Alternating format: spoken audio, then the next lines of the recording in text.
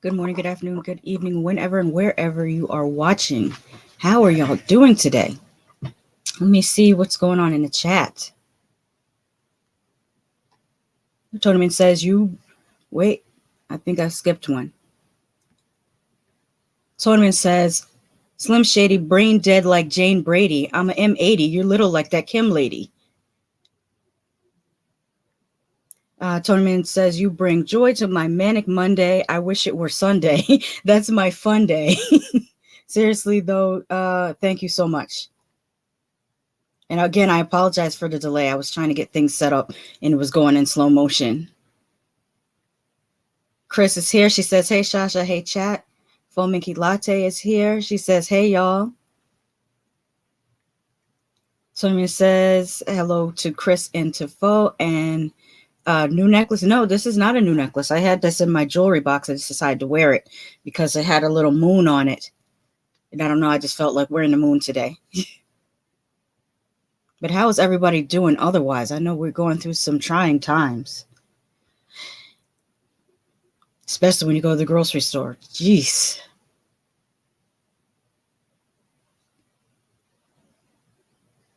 Let me get myself set up here for what we're going to talk about first.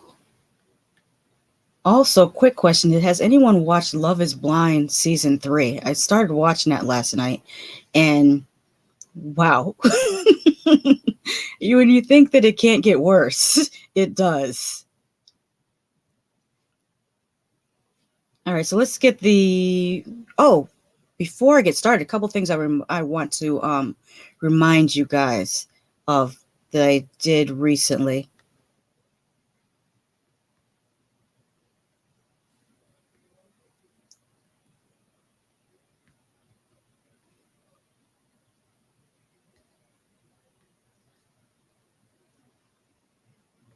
Come on. I promise you I will eventually get faster at this. I'm still slow at this. Okay, so last Friday, I think I released this. My review for Hellraiser 2022, the Hulu Hellraiser. I just posted that on Friday, so if you're into horror, definitely check that out.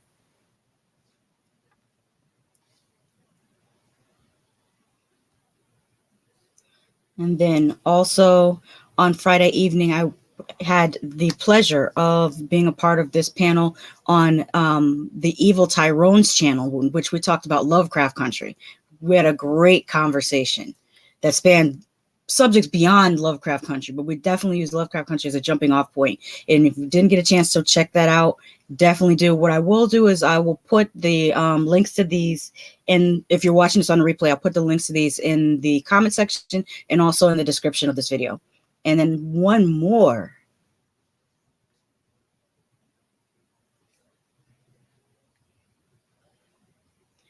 Last week, we did our season finale discussion of She-Hulk on Hood Podcast. So if you didn't get a chance to check that out, definitely check that out. And then we will be premiering a season finale review or full season review of House of the Dragon tonight at 9 p.m.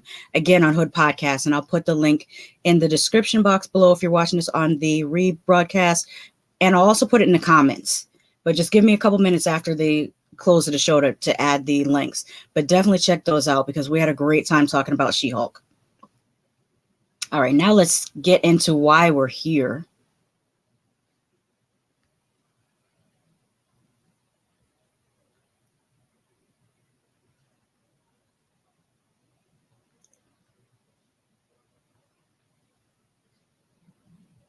Oh, have a couple more comments before we go in. Chris says, learning to OMAD over here. I need to watch Love is Blind. Forgot it was out. Yeah, I just happened to, I was getting ready for bed and I said, well, let me look on Netflix and see if there's like some documentary or something I can halfway fall asleep to. And I saw that the new Love is Blind posted. And so I started watching that, and I'll tell you a couple things at the end of this. After we talk about 90 Day, The Single Life, I'll tell you just a couple things about Love is Blind at the end of this. Filmmaker Light says, just seen the clips. Mm-hmm. And Toyman says, even Whole Foods makes me want to drown someone in a soup cat. Where'd you go? Oh, did I disappear for a moment? That might be my internet acting up. Love is Blind. Is it about blind people? I actually wish that it was about blind people. It's not. It's a show where people date each other without seeing each other. There's a barrier wall. They're in pods and they don't get to see each other. They can only hear each other's voices. But the way that they conduct themselves completely defeats the purpose of the show. Like, completely defeats the purpose of the show. I like I said, I'll get into it later, but yeah, it's not good. It's entertaining. It's definitely entertaining, but it's not good. Okay, so let's talk about 90 Day Fiance, happily ever after ? And the way that I want to do this, the order I'm going to do it is I'm going to do Yara and Jovi first because that was like the least thing that happened. Let me pull up their picture. I didn't have time to put the pictures in order today, so I'm scrolling through until I get to the right picture. Here we go. I wish they would put them, if they presented them in the same order every week, it would make it easier for me to do this. But every week I have to reorder the pictures because they present the couples in different orders, based on how they feel the story flows when they're in editing, I guess. But anyways, so Yara did decide to wait for Jovi to come back from work, which, like, she was talking that stuff about him before he comes back, and I didn't like that. I felt like that was not the right thing to do, and not the right thing to do, to preserve your relationship with your husband. So I'm glad that she waited till he finished work on his boat and came back to travel to, they ended up going to Prague. She kept on saying Europe. I don't know why she wouldn't say the specific country, but it was Prague that they went to. And they met up with her mother. And it was, well, I should mention before they left, I noticed how close baby Mila is with Jovi's mother. And I thought that's really sweet how much she loves her grandmother, because she didn't want to let her go to leave with them in the airport. And that was really nice. And it was also nice how quickly she took to her other grandmother, Olga. Like, she slept through she was awake for most of the plane ride is what they showed us. And then she slept when they were coming off the plane.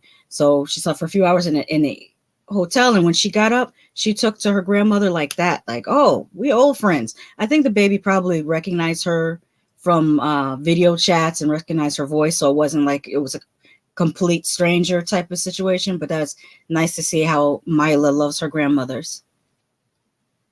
What else happened? I went to Prague. I said that. I said that. I said all that. Oh, two things. One, Jovi is still a jerk because he said that if Olga wants to communicate with him, then she can learn English. And I was like, number one, she's the elder. She's the older individual. You should be the one to learn her language to communicate with her. The younger you are, the easier it is for you to learn a new language. The older you are, the harder it is for you to learn a new language. So that was just, I hate the way he said that. It was just so, and the way his mother is always like, oh, Jovi, like it's a joke. It's not a joke. Your son is a menace. I'm gonna call him Dennis the Menace. No, he's not that bad. I'm just talking junk, but he says stuff that somebody needs to check him. Like just check him just a little bit. Yara just rolls her eyes, and his mother just says, "Oh, Jovi," and that's it. No one ever checks this dude. And I know he has a dad, but I guess his father doesn't want to be shown on the show, much like Paul's father didn't want to be shown on the show. Is that do you think it's because they just don't want to be on television? They want their privacy, or do you think it's because they're kind of ashamed of their sons and they don't want the world to know this is the type of son they have? I don't know. I'm just spitballing.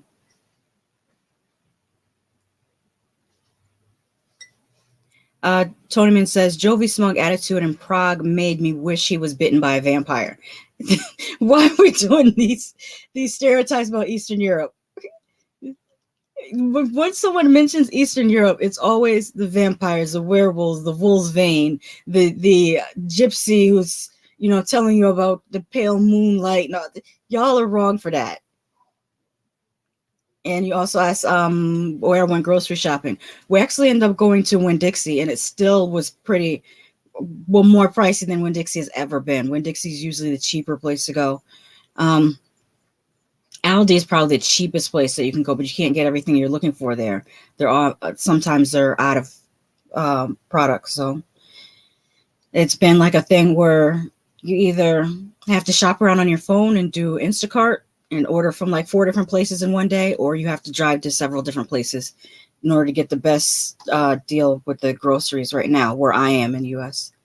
I don't know. I can't speak for the entire U.S., but in Florida, things are getting pricier and pricier. Okay, I read that about the smug attitude. And then the last thing was that Olga did not want to come to the U.S. And I love how the Americans are always so shocked when other people don't want to live in the U.S. Why are you shocked? There's other nice places to live. There's and arguably nicer where you don't have to worry about your children's safety in their schools.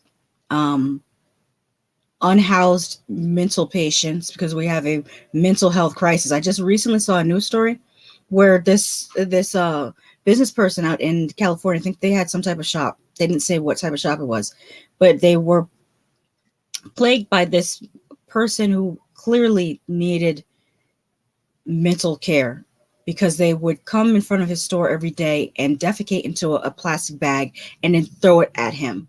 And they would stand directly in front of the door where customers would have to enter. And they were showing, it was like just a short news story about LA and how these unhoused people they're laying on the ground in front of stores. And when people approach them and ask them, or tell them there's a shelter I can take you to, there's help I can get, and they're just like, no, I don't want it. And they proceed to do mentally unhinged things because they are not well. They're not mentally well. And I'm just like, if I was living outside the U.S., that would make me afraid to visit the U.S. It's just hate to go off topic, but the whole mental health crisis thing, it's kind of scary. Fomikiladi says he was the type of kid to get away with a lot and never got told off. Yeah, you could tell his mother never ever puts him in his place. And I'm not used to that because I have the type of mother that would put you in your place, no matter how old you are. Grandmother too. It's like when I was a kid, I used to laugh when my grandmother would no, even better, I used to find it fascinating when my great grandmother, because my great grandmother still lived until I was 16 years old. And when my great grandmother would put my grandmother in her place, I was so fascinated by that as a child, because to me, you're looking at this as a kid. I was probably 12 or 13. I'm thinking, oh, this is my grandmother. She can do whatever she wants. She's the grandmother. Until the great grandmother says, hey, I don't like how you did this, that, and the other. And it's like, wow, she's her child.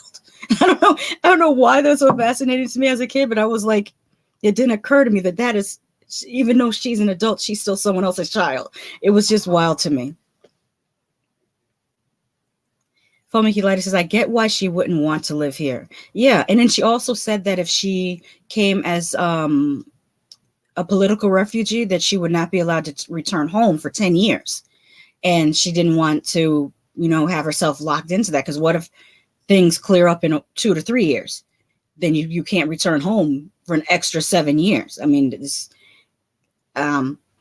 yeah, I get why she was like that. But she kind of wanted Yara to move there. And, Jovi can't even bother to learn Yara's language, much less experience living outside the U.S. All right, let's move on from them, because that's about all that happened with them.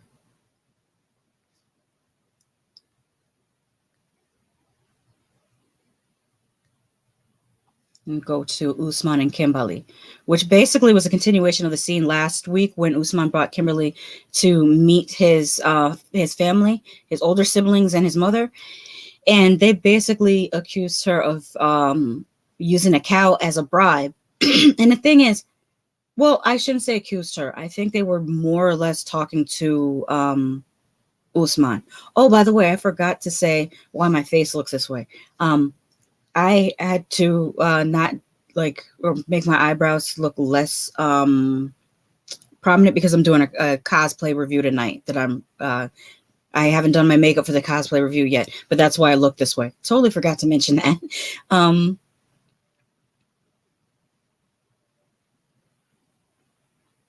Tony says, being a man of a certain age, my mom still slaps me if I cut up. I believe it. Although she shouldn't slap you. She should just say something. Like, it doesn't have to be abusive anymore. It really doesn't. So anyways, the family's like, the cow is a bribe. And Kimberly starts crying and saying, no, it was only a gift. It wasn't a bribe. And I'm sorry, I just got distracted by Usman on her shirt. I always do. I know it's there. It's always been there. It's always going to be there. And I always get distracted by it every single time. But they're unmoved by her tears. Because didn't the last one cry too? I think baby girl Lisa might have cried too. I think they've learned, that tactic, what we call in America white woman tears, which is like a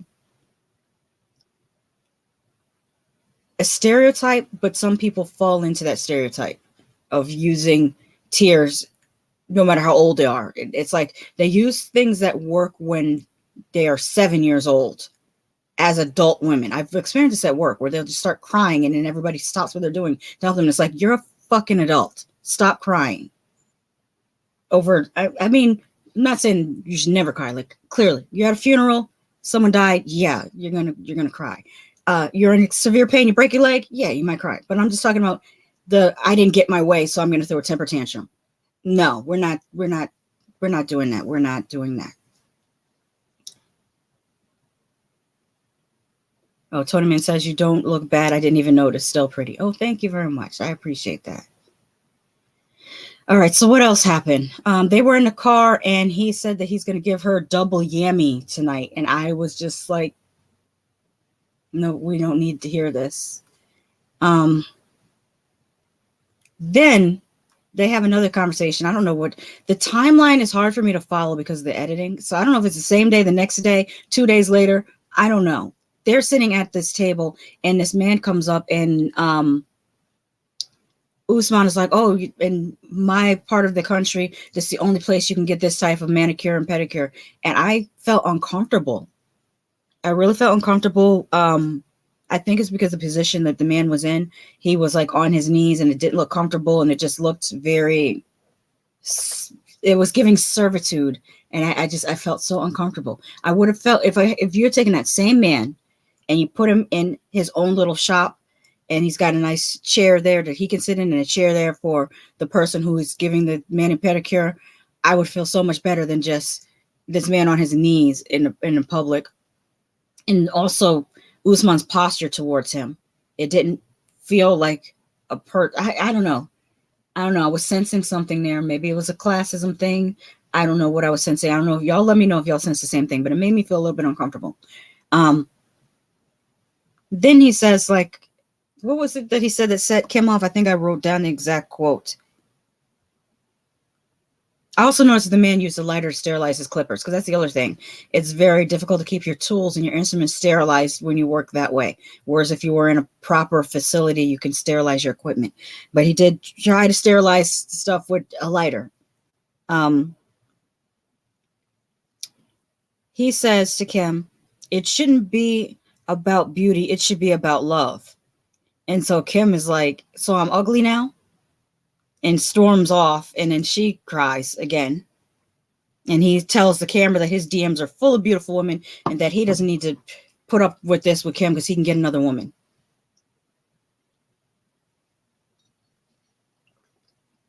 But the thing is, what you like about Kim Usman is the gifts and the money that she gives you. That MacBook Pro, that was it a PS5? I think it was a PS5 that she got you. And those, from what I hear, those were hard to get last year. That's what you like about Kim. And that's probably what you liked about baby girl Lisa also. You are a gold digger.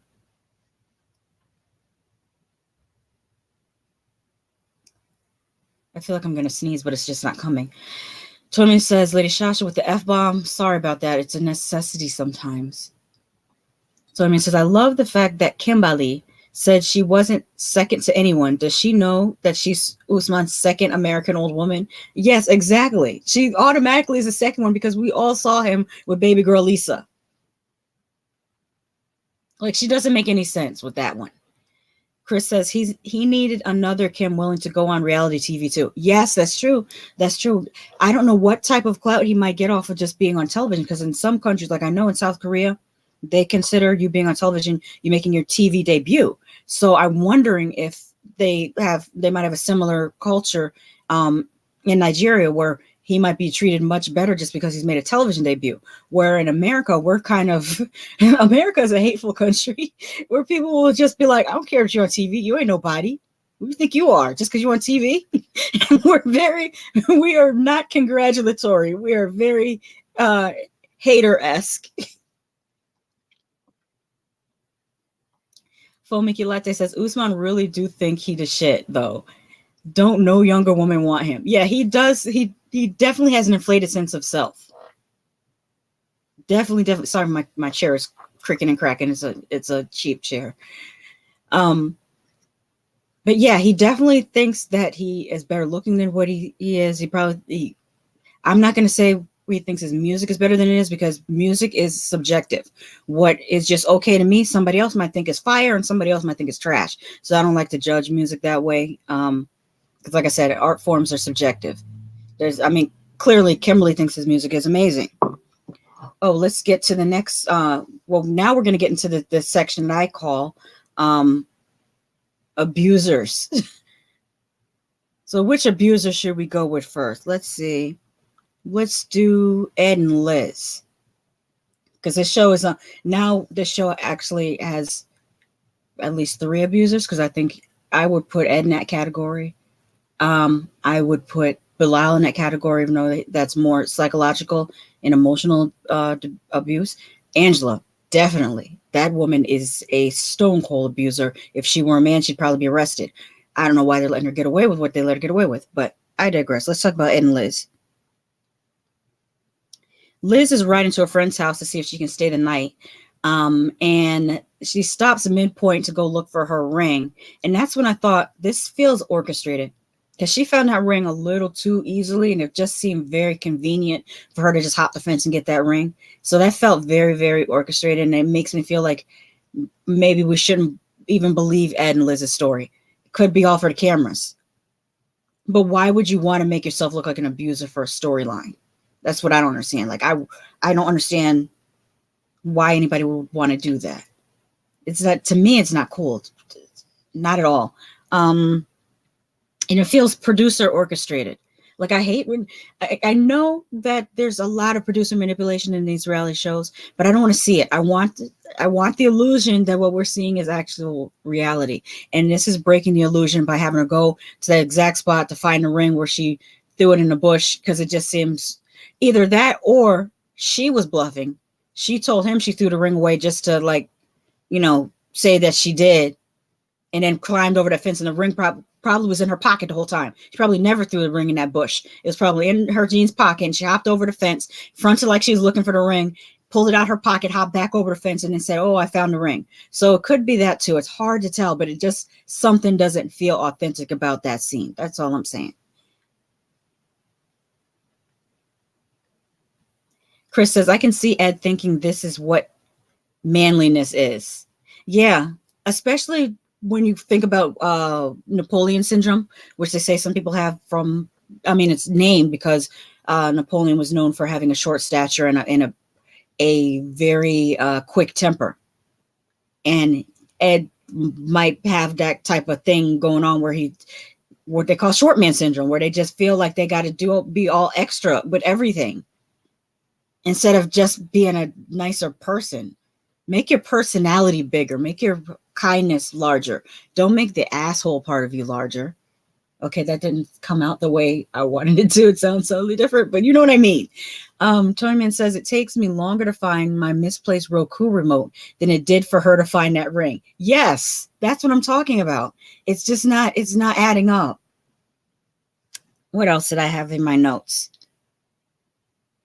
Oh, her friend told her that she was a badass effing bitch, but she still didn't let her stay the night at her house. She didn't even let her in the house. She didn't let the cameras in her house. They were sitting outside on a bench outside of a store. And I was like, this lady is like, y'all TLC cameras are not filming in my house.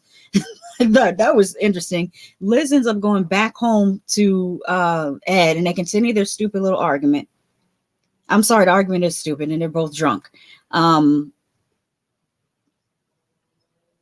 I wrote my note. She goes back to Ed because of course she did. She reminds Ed that when he was drunk, he told her that he would rather sleep with, what was the person's name? Alex. That he would rather sleep with Alex than her.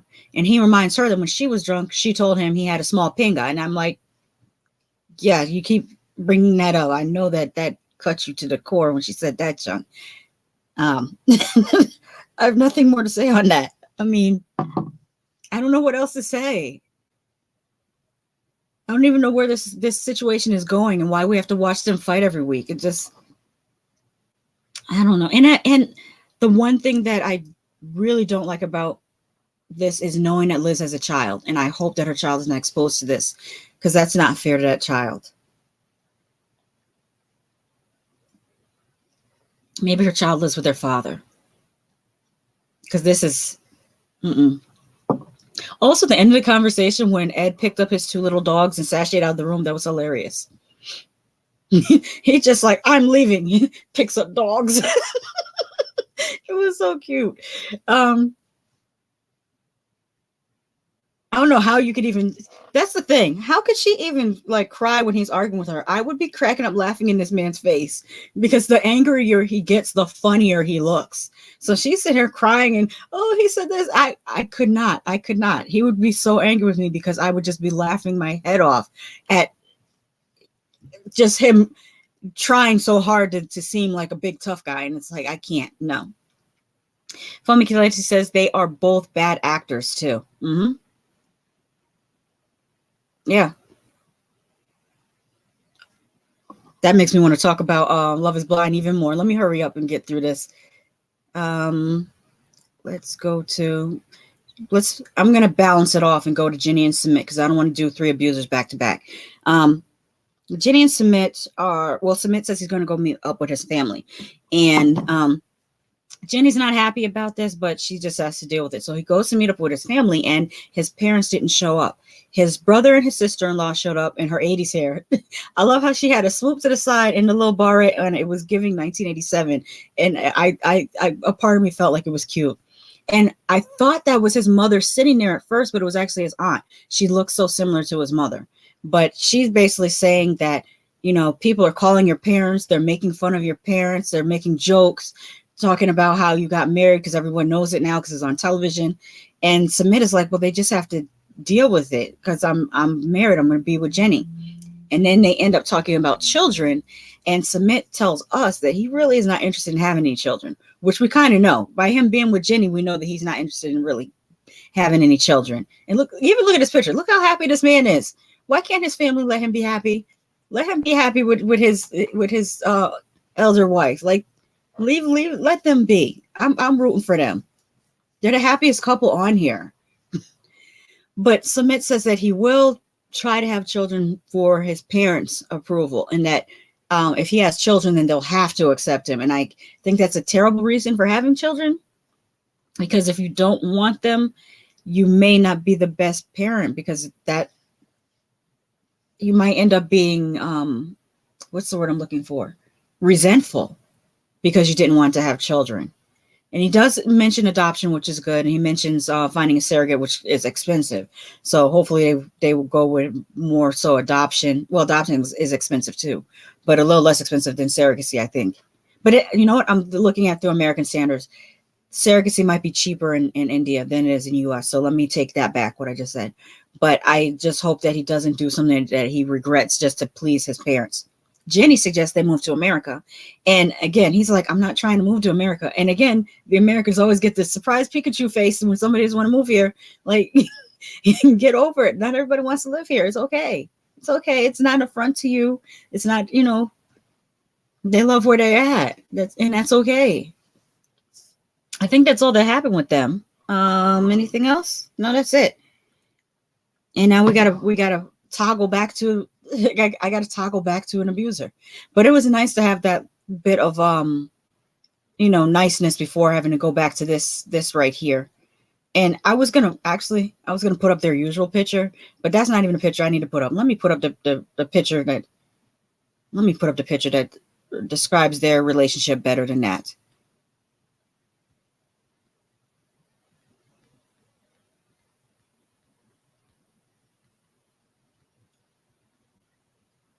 Here. I swear I skipped somebody. I'll come back to it. This right here is a perfect description of their relationship. It's wow. Do I need to describe the scene? Did everyone see this scene? Let me know if everybody has seen the scene, so I don't have to describe it, and I can just talk about it.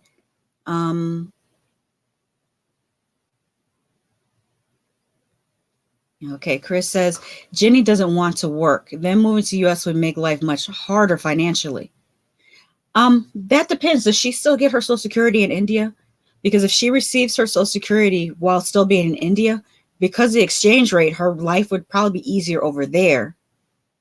But if she comes back over here, and she was living in somewhere in California, and California is a very, very expensive state to live in. So I think it depends. Now, if she moved to India and they cut off her Social Security, then it does make it harder. But if they still allow her to have her Social Security, then her money goes further. So I don't know what the rules are or the laws are with that. So I don't know. It would also make things easier if she would learn the language, but at her age, I could see how difficult it would be to learn a new language. They could also move to a part of India where there are more English speakers, because there are parts where English is pretty much like a second language, like taught in schools. I think Bombay might be one of the places where English is heavily spoken. There's another place, I forgot. But yeah, they could move to a more diverse area. Angela's the ultimate in American trash. Yes. And did you see when we get to the Twitter section of this, there's still those images are popping up from when she was on Maury Povich. Tonyman says, I just looked. Mickey D does have the Halloween Happy Meals. Everyone get on the Angela hate train. Oh, excuse me. I've been on for a while, but there's room. Oh yeah. Oh, are you talking about this right here? Yeah, I got a Happy Meal. I got to get another one this week. Hopefully I get the pumpkin or the I think it's the Frankenstein one. Is it a witch? Is it a witch or a Frankenstein? The green bucket. I never got the green one when I was a kid either. But these are a little bit different than the ones that we had in the 80s. And I don't think it glows in the dark. We had one that glowed in the dark back in the day. But yeah, so anyways, this right here, I have two feelings about it. The first feeling I expressed, this is an abusive woman who abuses this man over and over again, over whether he's on Instagram or not. And that part was a little bit funny because he's telling her, "Oh, I'm on Instagram because I want to make money as a man, and if I'm an influencer, I can make some money on Instagram." And she's just like, "You don't have the charisma to be an Instagram influencer." And I've seen Michael's TikTok dances. They aren't very good. I have to say that if he does something other than TikTok dancing, maybe. But the TikTok dancing, no, it's not. It's a no. Um, I would love to see him get a better haircut. That would help him greatly. But Angela might have a point about him maybe not quite having what it takes to be an influencer. So her thought process is he's on there to talk to other women. I don't know. I can't say either way, but it's hypocritical for her to think this way when she is on TikTok dancing with a Canadian stripper from the 80s. And I mean, she says that she wanted him to get mad and jealous and tell her to stop. And he was like, if I did that, you would only yell at me and hang up, which is the truth. Like, why at this point in a relationship? Oh, now you want to start your motorcycle. My neighbor decided to go for a nice motorcycle ride. Okay. Actually, it's a trike. It's a 3-wheel trike, but still, it sounds like a motorcycle. But my point is, this is just going around in circles. Michael's in the same boat as Usman. They like the money that they get because Angela's been paying. She's basically paying him to be a kept husband. She doesn't want him to work. Because she's afraid he'll probably meet women. It's just a bad situation, and it's just gotten worse because we're seeing physical abuse. She kicked this table at this man, and the way she's leaning over him, and he jumped back like he was really like physically afraid of her, and I hate to see that. Look at how he's got his hand in his head. I know he feels. In addition to the abusive part of it, it's got to feel very emasculating, and it's got to feel embarrassing to be on television with this. It's not worth it. Is it really worth it? It's not worth it to me. Oh, I think I skipped. Here we go. Fomiculati says, I thought Submit has a kid with his first wife, so they just be making up things as they go along to fit the storyline. I didn't hear that he had a child. I didn't hear that. But it's a possibility. Tony Man said it's a witch. Oh, for the bucket, yeah. So it's a witch, a ghost, and a pumpkin is the third one for the McDonald's buckets. And they didn't give me everything that was supposed to come in it. It just gave me fries and a burger. But I think it's supposed to have like apple slices or cookies or something else with it.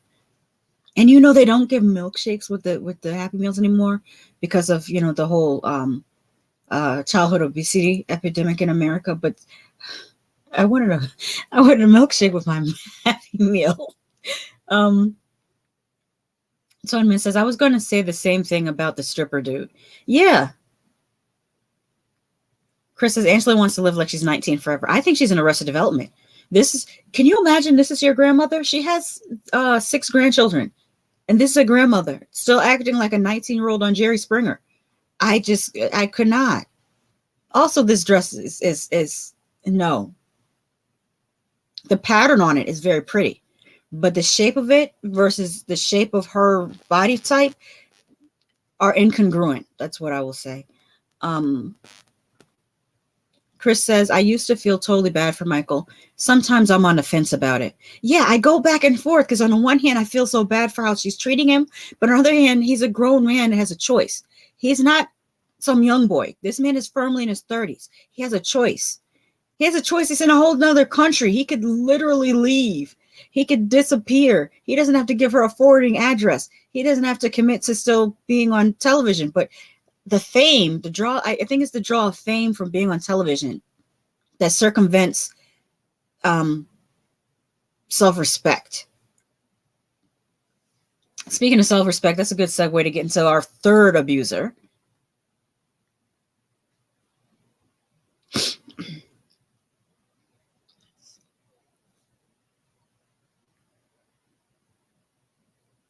This man makes me want to speak like Joe Pesci. I wanted to say this F and F, if you know what I mean. If you ever seen Goodfellas, how Joe Pesci speaks, that's what I think of when I look at his picture. Yeah, she had. When I think of self-respect or lack of self-respect, it immediately makes me think of Shida, because there's literally not a thing, not a single thing that I could think of that would make this man attractive to want to marry. Not no, personality wise, not looks wise, not charisma wise, not sense of humor. There's nothing there that a person would want to marry. This person is just a individual with a Y chromosome that is breathing and has a heartbeat. That's it. That's all that he has to offer. There's nothing else that this man has to offer. And I don't see what she sees in him or why she allows him to talk to her crazy. Like with the whole milk thing in the kitchen, she refers to it a certain way due to what her lingo is in her culture. He refers to it a different way. Rather than him saying, "Oh, I didn't understand you when you said this. My bad. This is the way we say it in the U.S." He corrects her as though the way she says it is automatically wrong because it's not American. I don't like that. If you don't respect her culture, you shouldn't have married her. That's that right there off the bat. But this is Bilal. He doesn't respect anything about her. He doesn't respect her feelings. He doesn't respect her biological clock. He doesn't respect anything. He just wants a trophy. No, this is a man that needs to go get a real doll. You need to go buy you a real doll and put a hijab on that, because you don't want an actual person who has feelings, emotions, thoughts, none of that. You want a husk of a person that you can lay in bed with at night who doesn't speak or question you. That's a real doll. Go buy you one. You have all these assets.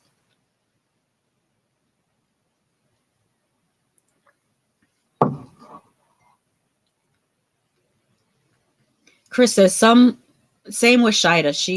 She could go back with a family. Yeah.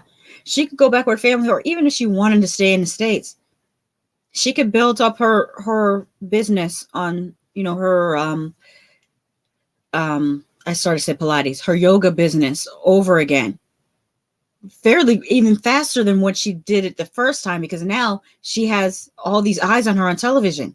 You can convert all those eyes onto your products. But rather than you do that and build yourself up, you're going to throw it all away, chasing after a husk of a man.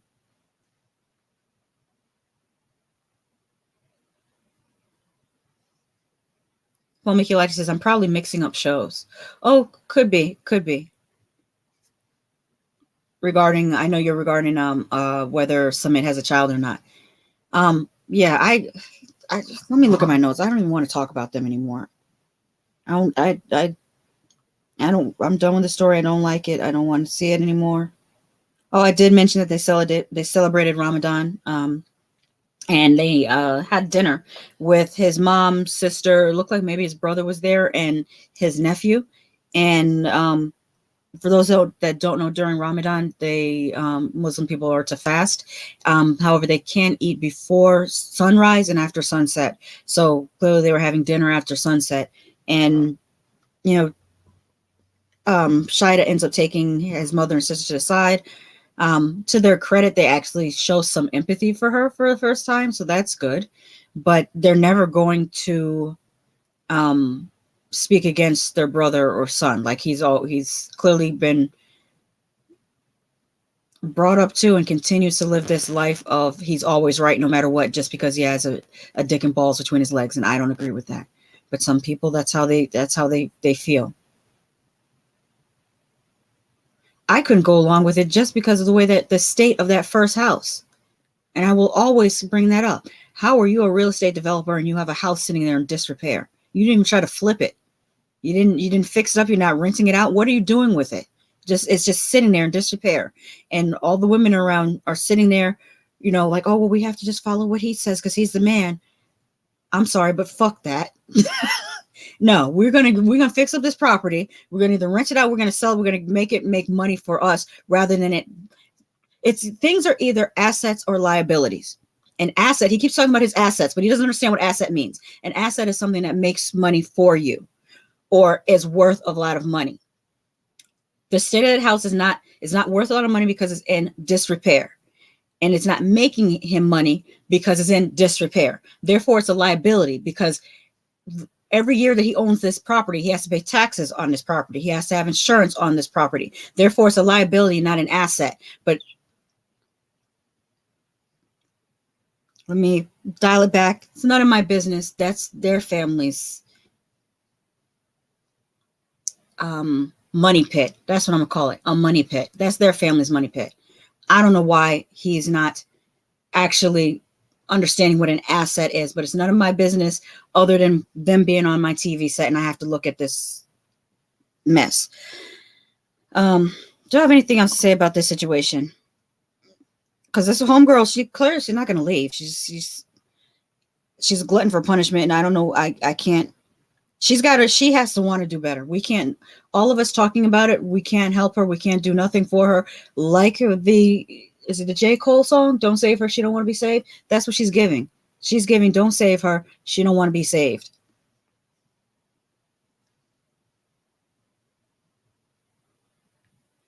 Tony says, I took a sip of my sugar-free Coke every time Shida brought up a baby, and I have a serious caffeine high right now. So, man, says, Lady Shasha, F-bomb number 2. Just say it one more time, please. Here. Fuck. I'm not monetized, so it's whatever at this point. I'm not even this much of a cursy person, but certain people on this show just bring that out at me, and I hate that. I hate that I'm like that. Did I even take notes on 90 Day? She threatens to pull. Oh, I forgot to mention that Angela threatened to pull Mike's visa, but she always does that. I did take some notes on 90 Day, the single life. It's crazy that I forgot I even took notes, but let's just roll on into that because I'm done here. I've got nothing else to say about this. This is just a tragedy. So let's start with Debbie. She went to go visit Tony up in Canada, and Tony tells her about the bears and the coyotes that eat cats. Not the best thing to say when you're trying to get a woman who has cats to move in with you, but at least he's being truthful about what's in store for her. When she gets to Tony's place, she's a little bit taken aback by his decor because there's like a big dragon head on the wall and skulls and a lot of macabre type of things. He has a black Christmas tree in his bedroom that has purple lights on it. I'm not mad at the purple lights. The Christmas tree year round, when he kind of looks like Santa Claus, gave me a little bit of a chuckle though. Then we get to, let me pull up the picture because why not? I used it on the cover photo for this episode because, I mean, nobody needed to see it. Nobody needed to see this, but they showed it to us anyways. Tony putting chocolate on Debbie and then licking it off. And on the one hand, nobody needs to see this. Why? I'm just picturing the cameraman just sitting in the room like this, watching everything. The cameraman is just watching everything. But on the other hand, I'm kind of happy for them, and I do want them to enjoy their golden years. I think this is great. I want to see more people of this age enjoying their golden years. Like, why not? Chris says goth Santa. Yeah. The fact that they are willing to do this in front of cameras is what gets me, because I couldn't do it. I'm much too private of a person. That's just wild. Anything else? Oh, they went out to meet with some of Tony's friends, and we find out that Tony has not he went 20 years without speaking to his own mother, but now they're kind of back on speaking terms, and he would like Debbie to come and meet his mother. And Debbie mentions her issues that she's had in the past with her son Colt, and I forget what else they talked about at the table with Tony's friends, just about whether she would move there or not. She's still, considering it. There's pros and cons. I think some of the pros would be, of course, having someone to be with. She really, really seems to be into Tony. He's into her. But I think the cons are I don't think she wants to be that far away from her son. Also, is she prepared for the winter timing in Canada? Because remember, she lives in Las Vegas. Las Vegas has like almost a not almost it has like a desert climate. So would she the adjustment to the temperature would be a big deal. But I think that's all I got on that. But did y'all peep the song that they were playing when they were introducing Natalie's segment? Like the words of the song was like, you're crazy. And I was like, they are dead wrong for doing that. Dead wrong and dead right at the same time. Like it's accurate. But Natalie goes and she is meeting Josh, one of his baby mamas, and his son. And we found out that his baby mama Candace is even sicker than Natalie. Now on the show, she might appear like, oh, this is a lady fishing and she's very fit, and Natalie's jealous of her because she's very fit. I moseyed on over to Twitter and they were reposting pictures of her, which I won't show on here because they are disgusting. Pictures of her smiling and holding up her game hunting victims. I'm going to call them victims. And she's just smiling, holding up these dead animals that she hunts for fun. And many of the animals were babies. They weren't even full grown animals. Like she is killing like baby leopards and shit. And it's just, that's just sick. I cannot understand people who want to kill for fun. Like you understand the thought process that goes into, oh, I'm gonna get my gun and go kill this beautiful animal just because I want to. They're not eating it, they're not using it for fur, they're just killing it and then taking pictures and smiling. That is sick to me. That is so sick to me. And that's what she is, this Candace person. Seems like people named Candace have issues. Is there something wrong with that name? I don't know. Anyways, Natalie's jealous. She was going to be jealous regardless of what Candace looked like. Candace could have looked like, as my grandmother says, God damn it, the hell, I'll catch you. And she would have still been jealous of Candace. So that's a given. But it just gives, 90 Day doesn't find the best people to be on their show. So I don't even know why I'm surprised.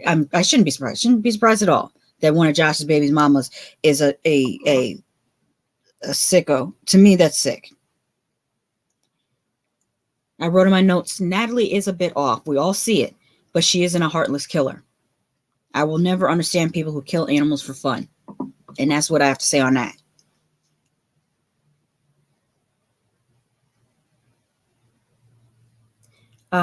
Chris says, if the song fits, haha. Tony Man says, I don't have an issue with an extra tree year round. I have a Charlie Brown tree up still, and I've had it for years. Mm-hmm. All right, who's next so we can get into before I talk about Love is Blind, because Love is Blind ended up being more interesting than 90 Days of Single Life. Let's quickly talk about Veronica and Mr. Cold Sore. They show them the morning after, and she's all happy and says that he's a 10, or he gave her 10.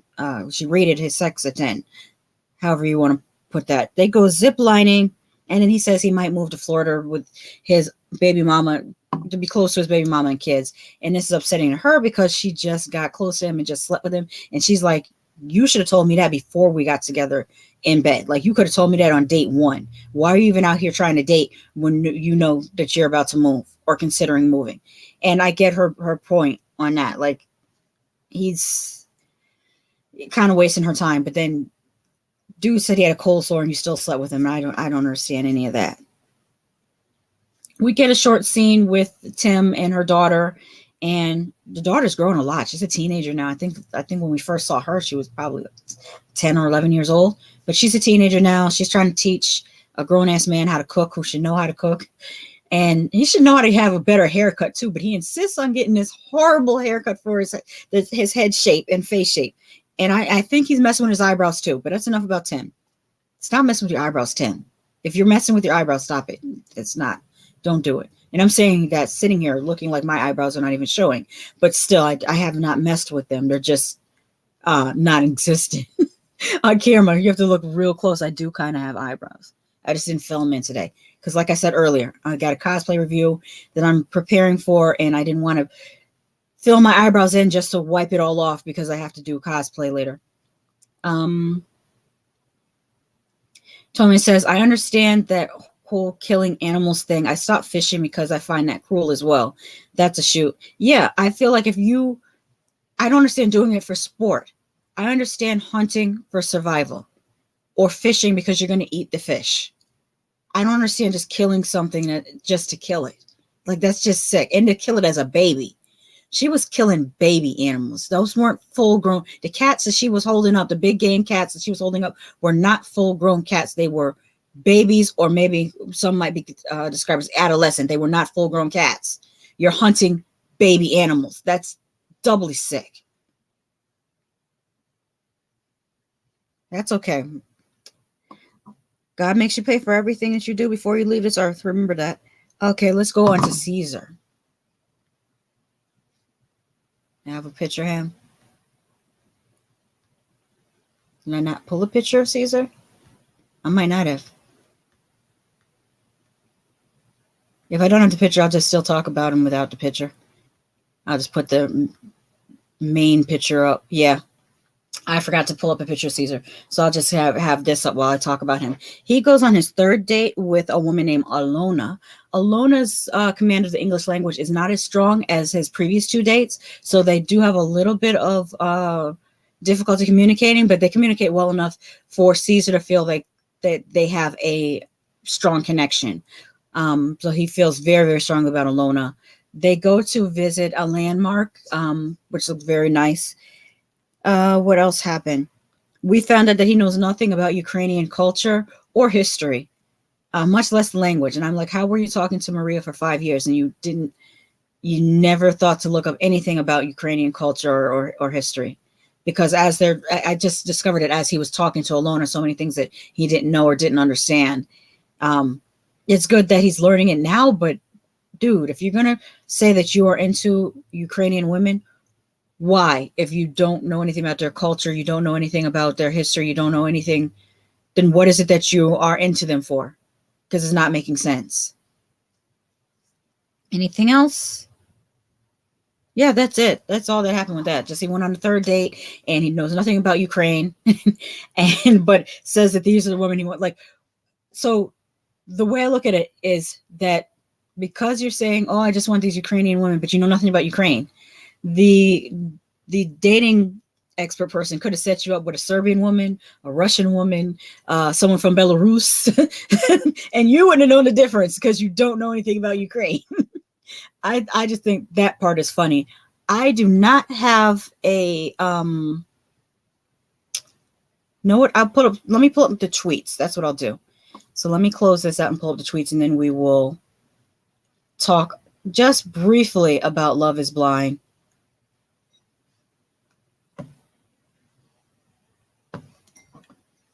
My coffee to right there. So I felt like I was going to knock it over, and I do not want to knock coffee over on myself today, especially since it's already 5 o'clock. So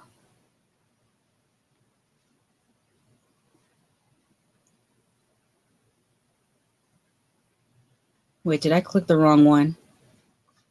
Hold on. Yes, I did. Let me hit present again.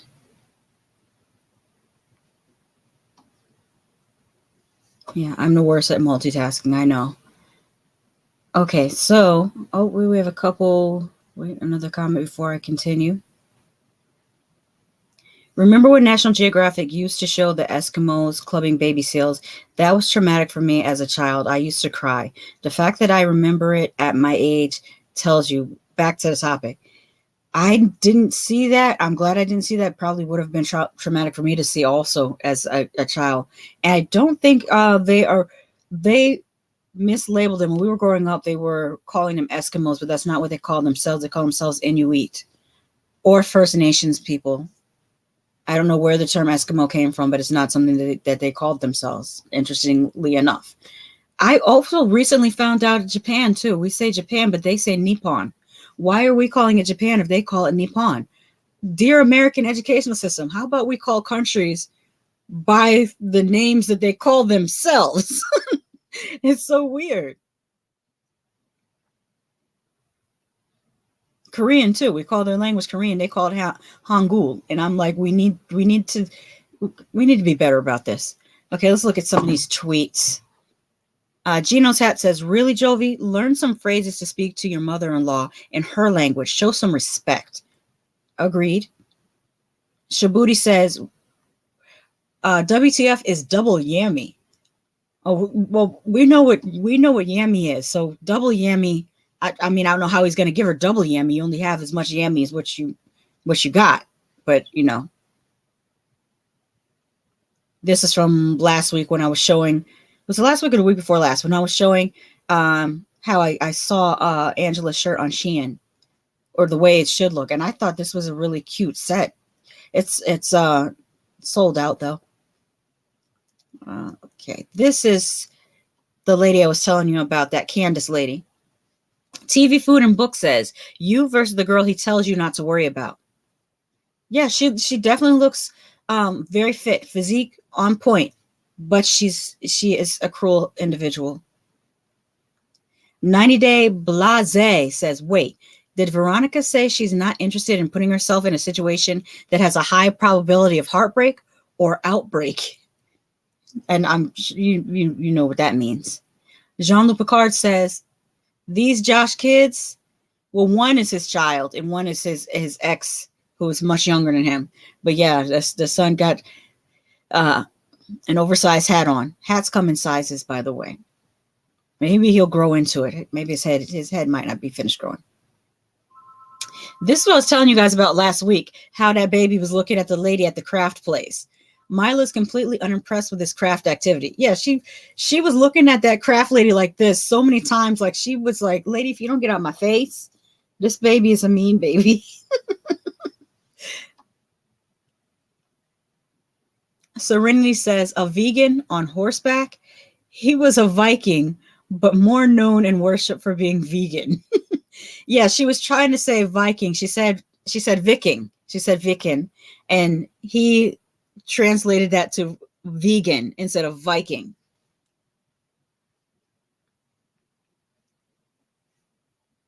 Tonyman says maybe Kimberly was wearing a yammy for him. Oh, I wow. I don't want to think about that. He doesn't give me the type of dude that would want to be pegged, though. Violet Brown says, "Justin just told Veronica that he's moving to Florida with his baby mama after he just effed her, and with the cold sore. OMG." Some Tuesday Night says, "I just can't trust Caesar's judgment on Traction after watching a whole season of him getting vacation ghosted by Maria." This is a good point, because he might feel like there's an attraction there that maybe isn't there. Hot Flash Honey says, "Colt, you need to get your mom." Serena says, "Josh X telling it like it is." And she says, "You are different from the girls he dates. He usually dates younger girls. A different look," is what the third panel says. I don't have to explain it. I remember that part. Dude, WTF says, "I'm just going to leave this here." And we've all made this comparison. Shout out to Lake Jew 69 also for putting this side by side. Tony Man, you mentioned the 3/4 of the eye part. And of course, Glenn Close is trying to emulate that in her acting as the lady from Fatal Attraction. I forget the character's name.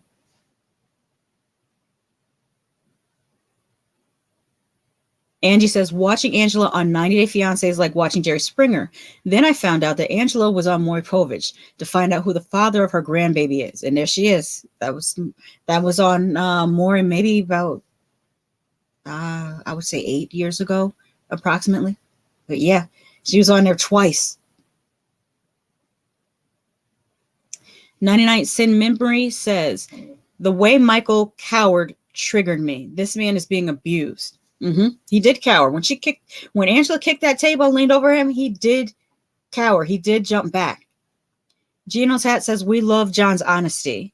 And this one I will have to expand because I don't remember. Well, I didn't watch Pillow Talk. I didn't know John was on Pillow Talk. Now I got to watch it because John is hilarious. He has a girl. Wait, I think it's Patrick asking John, has a girl ever called you a bitch like that? And John says, yeah, actually, yeah.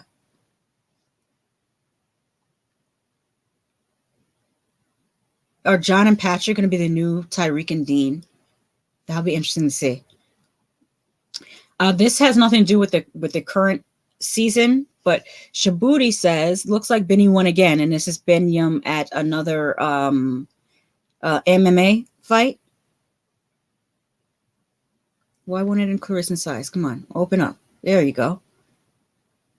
He always repping his country, which is great.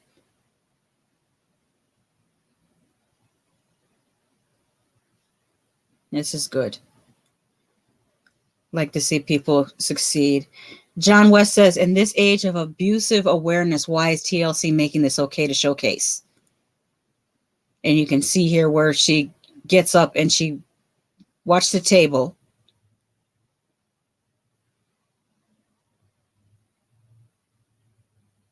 Kicks the table. Standing over him like she's going to put hands on him. He completely was not the aggressor at all. Trish Clerk and Reed says, just run. And again, with the eyes. I think the thing that Tony Man keeps saying about the eyes, other people are saying about the eyes. Chris says, funny enough, Angela looked healthier on the Maury appearance. Yeah, that's before she got gastric bypass, and she ended up getting a breast reduction as well. Tony says, by the way, Hulu has 90-day episodes on their TLC section if your Discovery Plus shits the bed. Thank you, because sometimes it does. Sometimes it freezes up and kicks me out of the app. So it's good that there's a backup. Cecil Jones says, Josh, bro, you can't be that desperate. Run for the hills fast. I think Josh wants to be on television. I think he's in the same boat as Michael and Usman. That clout high. I think maybe people are addicted to clout. Like maybe they do get a high from it. 90-Day Cray says, we are too, Olga. We are too. So touched she finally met her granddaughter. Yeah, she teared up. She was so happy to see that grandbaby. That was nice to see. Frank's Lawnmower says, Bill Douche. It's called heavy cream, and any grocery store has it. But way to shame Shida instead of just admitting you're a mansplaining douche who made a mistake and doesn't know full/heavy cream from whole milk. Tortor says, Liz, there's no way you should be with someone who makes you cry on a daily basis. Yeah. Markeisha says, all the couples on 90 Day Fiance are abusive, starting with Angela, Belial, and Big Ed Ugly Ass. Terrible. Welcome to Reality Pod says, first, it's insane to say a wife can't have a girls' night at a bar. But besides that, if Ed doesn't want a wife that goes to bars, maybe stop dating women in their 20s, you creep. Have to agree with that. Date women in their 50s like you, and maybe they won't be at the bars as much. Although not in Florida. The people in Florida, 50, 60-year-olds, I went out for a New Year's Eve one time, and two 60-year-old men got into a fight at a club, and they got kicked out of the club. And we were all standing around looking like, they are the elders, and look at how they're acting. A mess. Bless 74, or I'm sorry, BJess 74 says, OMG can't speak. OMG Liz and Ed. That should be their name together, Led. Break up, sober up, get off the TV, and find someone you can stand to be around when your 15 minutes of fame is over. Advice I concur with. Shut Up 90 Day Fiance is on, says Kimberly, quote, I'm not going to be anyone's second anything. Proceeds to be the second old white American that he brings on the show, which is what Tony Man said earlier. Jess says people who don't want kids should not have kids, and I agree, because it can make for a bad situation. 90 Day Craze says, if you look up toxic in the dictionary, and then she puts together their pictures, or they, I don't know whether this is a male or female, so I'm just going to say they. They put together pictures of Ed, Angela, and Bilal.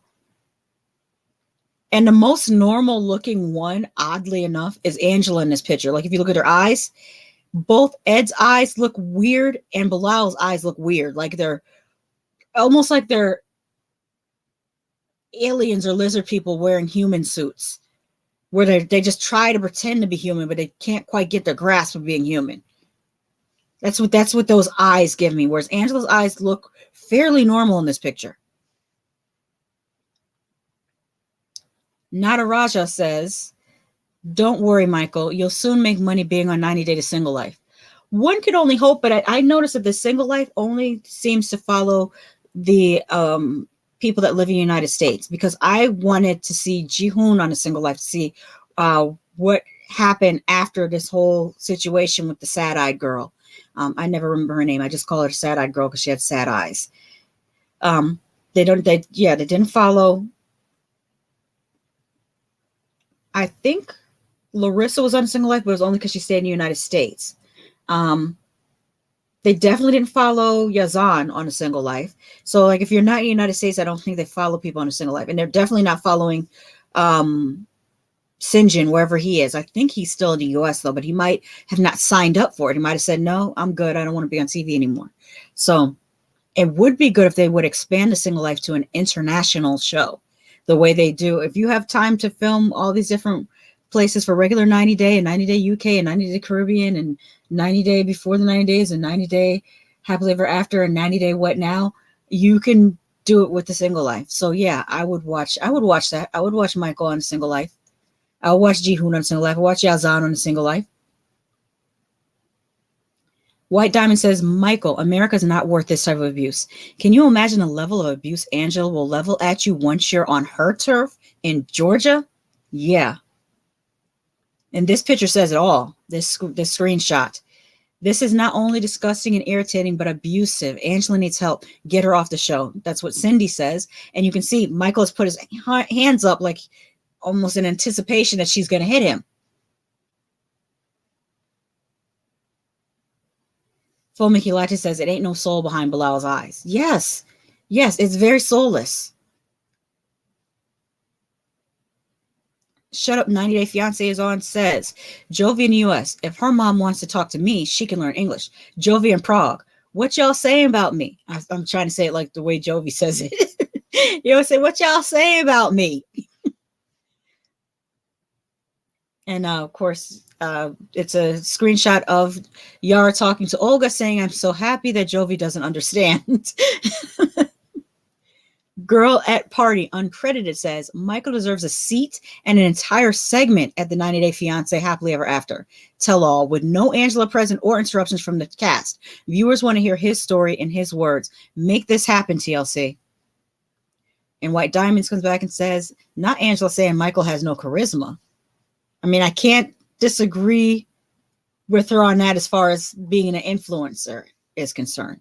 And Natasha says, the pure joy on Yara's mom's face seeing her daughter after such a long time is literally the only happily ever after on this show. Okay, BB Fan for Life for Sure says, Submit, honestly, I do not want children, but I will do it for my parents. For your parents? Are you kidding me? A man who doesn't want children is going to bring a child into the world for his parents? This is so effed up. And Carrie Zombie says, Ed started the fight with Liz during their engagement party, then turns everything around on her. He's such a manipulative a-hole. The lion, the witch, and the audacity of this bitch. Man, I retweeted a lot last night. Vanilla Flava says, they need a new storyline for Cement. How long can you drag out the my parents don't approve BS? He's damn near 40 years old and they're married now, so what's the point? Have to agree. Welcome to Reality Pod says, Angela controlling Michael through financial means is abusive. Threatening his visa is abusive. It's all gross and she's awful. And Suplex Kitty says, this line took me out. May God take that woman away from us. I forgot about that. Yes, his sister did say that. Oh, I do see. I see Tony Man said that he posted before filming Latte, and I missed it. I see it now. It says, of course they're addicted to the fame, just like old broken down wrestlers and boxers and football players, and end up making fools of themselves. They just don't know when to stop. Mm-hmm. Okay, I'm going to read just a couple more because we're going really over time.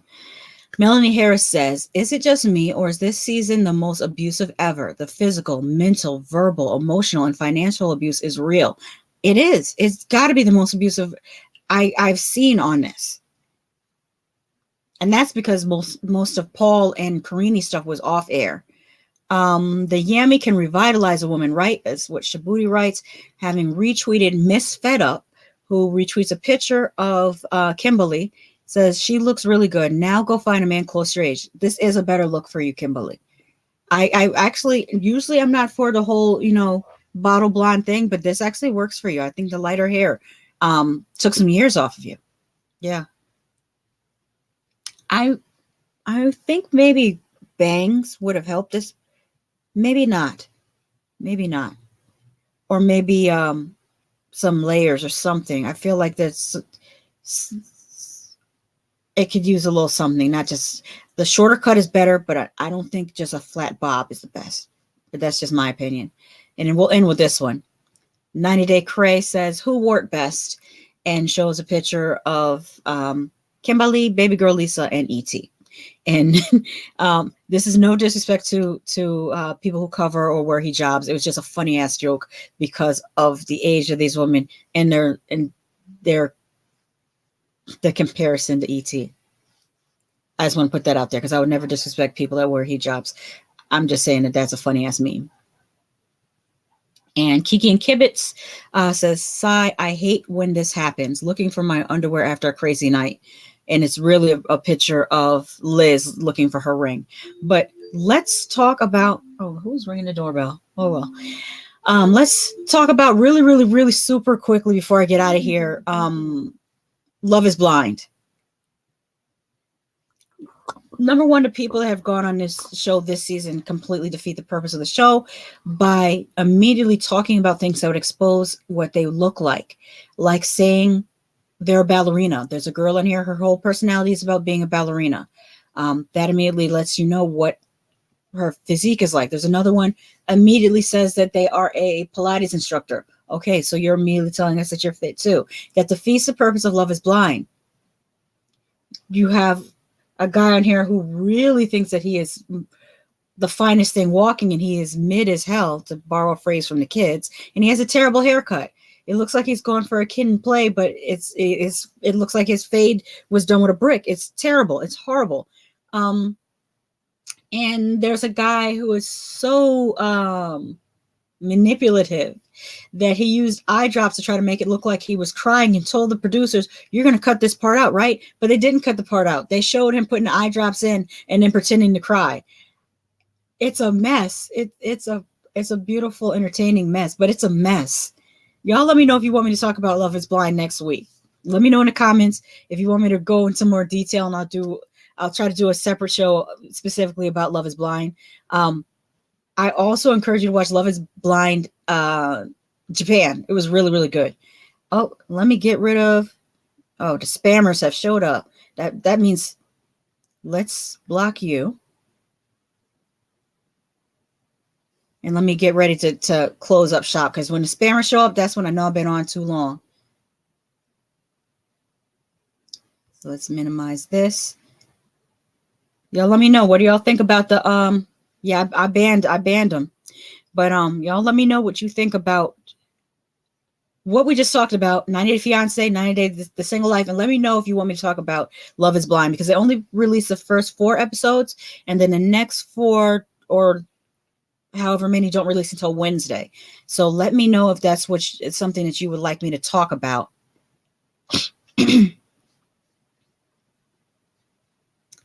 And I will get ready to get out of here. I had a good time, even though I kept going off topic like I usually do, because like I have said before, I am not taking my ADHD meds right now. I may end up going back on them. We'll see how it goes. I've been able to function pretty well. I just don't like the side effects. Tony says, yes, I love to hear your opinion on Love is Blind.